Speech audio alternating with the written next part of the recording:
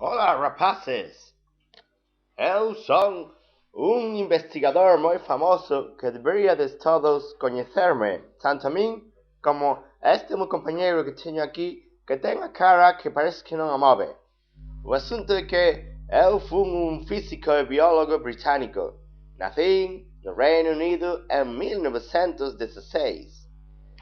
Recebi, junto com outros dois companheiros, o Prêmio Nobel de Medicina lá pela década dos anos 60.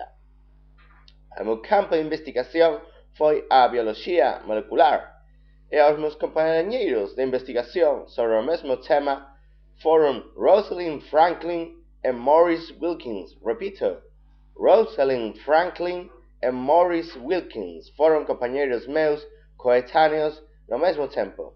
Por desgracia, faleci o 28 de junho de 2004 em San Diego, Estados Unidos, USA.